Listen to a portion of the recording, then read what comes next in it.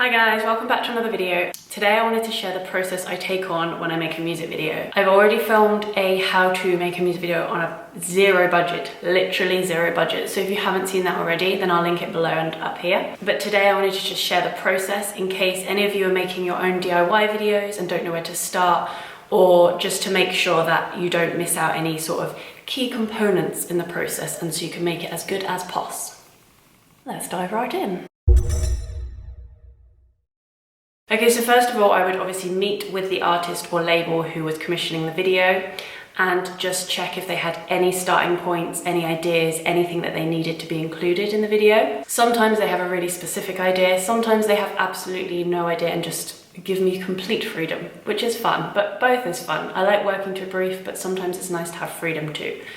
So I basically get, any initial ideas or starting points from them. So I will go with that and I will hop over to Pinterest, my favorite tool. And then I will just start researching on Pinterest, any initial ideas, looking at things they've brought me, just make a board, just starting point board. I also use an app on my iPad called Paper, which is basically a digital filing cabinet. It's amazing, would recommend.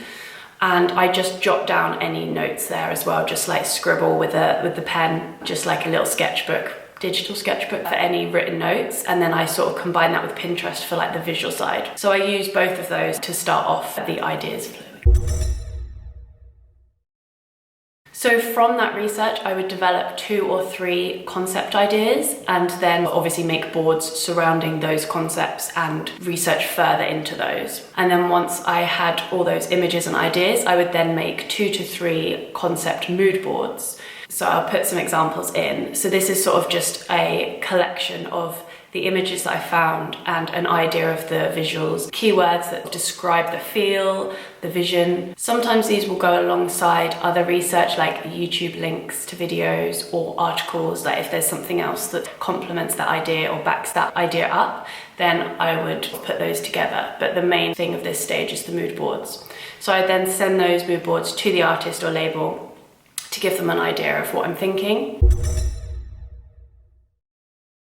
And then after that, we obviously discuss. Sometimes it ends up that the concepts, like 2 will be mushed together and combined, or they'll be really happy with 1, or they could, it hasn't happened yet, but there's always the chance that they could just be like, oh, actually, I've had this new idea and could we go in a completely different direction? And that's fine, that's expected. It's bound to happen at some point. It just totally depends. All this is subjective, and obviously the artist is the primary decider in what they want their video to be. I can only advise and produce ideas. So yeah, so this stage is like discussion and deciding on the actual final concept. I then take that concept and develop it even further. So think more about the individual shots, possible locations, maybe other people that could be involved, further research, further collating images, scribbling ideas, and just broadening that idea to the max. So then after that, it comes to the point where you have to define the details, which is probably the longest process, I would say.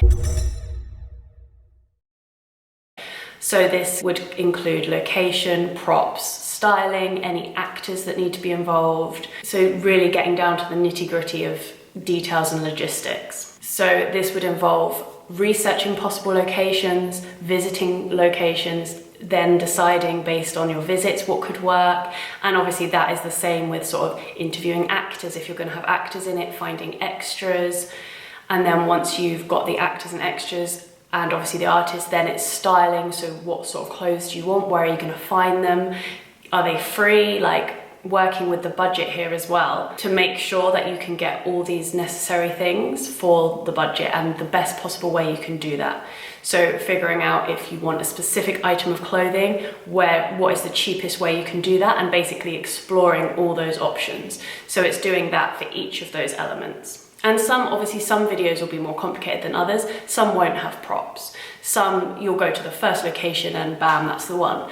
But obviously you have to allow the time for this process to be a little bit longer. So once those elements have all decided, I would then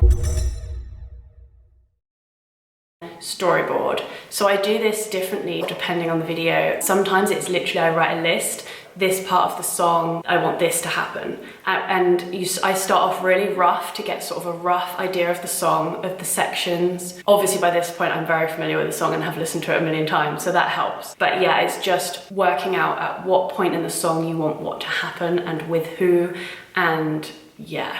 This bit is always frazzles my brain a little bit at the beginning until I've got like an idea, and then I'm okay. A storyboard of just noting down timings. So I do it like intro and then the seconds and then any details that will happen in the video. And then sometimes as well, I will do just sketches of images to go with the storyboard, or sometimes instead of. It depends on how complex the video is.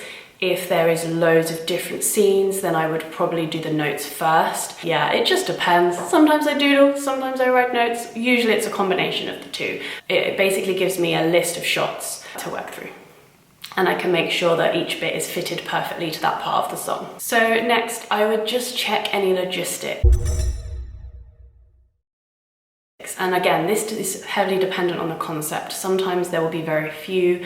Sometimes, like there was one video where I did a screen recording and it was part screen recording and part real life.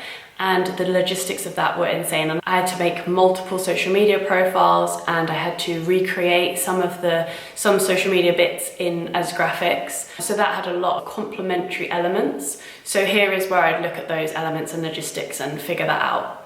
I've also done a video with illustrations, so obviously like those kind of additional elements I would add in or prepare for the shoot. Then I would test shoot.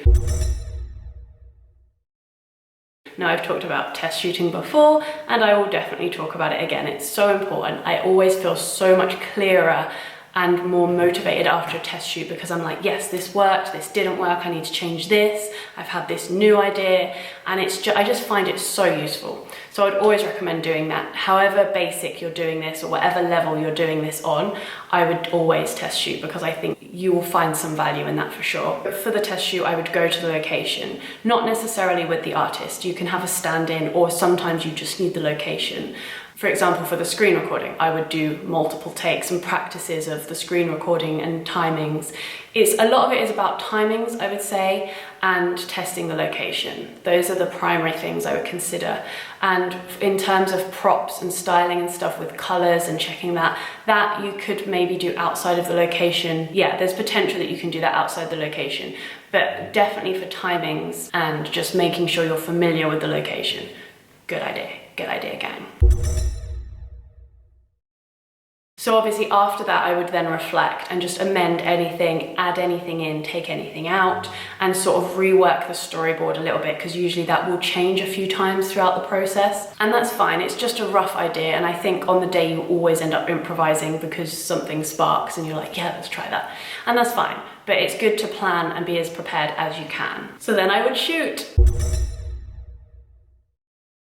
Yay! So by this time, I always have to make sure I go into these shoots like as prepared as possible, knowing as much as I can about what I want to achieve and whether something looks right or not. Like with all this prep, I find that is so much easier, which is why I wanted to share this video and encourage you to do prep too. Things to bear in mind for shooting is mainly if you're outside, because obviously I think a lot of DIY artists, and I always rely on natural lighting for the most part. So weather is a factor. So just check, be aware of weather or any events or anything that could be going on in the area that you want to shoot. Just check that that's free and clear.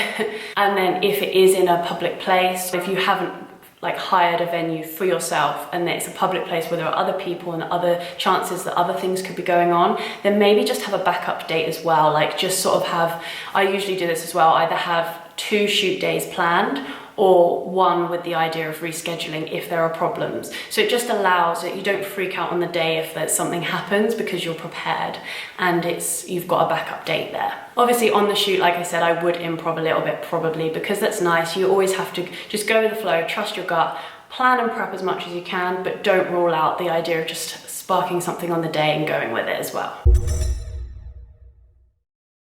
And then after that comes editing. Yay! So editing, I'm a very simple editor. I'm not a videographer. That is not my speciality. If I work with a larger team, then I would definitely be with a videographer, not the videographer. But I do edit to a basic level, and it's basically the transitions between shots, color grading, adding in any text or sort of complementary elements like text files or illustrations. That is what I sort of specialize in, the sort of mixed media. So that my editing is usually, I mean, it takes frickin' ages still, but it's not fancy in terms of video editing. So you can do it. You don't need to have a really thorough understanding of editing, just the basics and a good eye. But yeah, that is the process I take on pretty much. I hope it's helpful, and let me know if you do any videos yourself and send me links because I want to see. Good luck. Thanks for watching. Bye.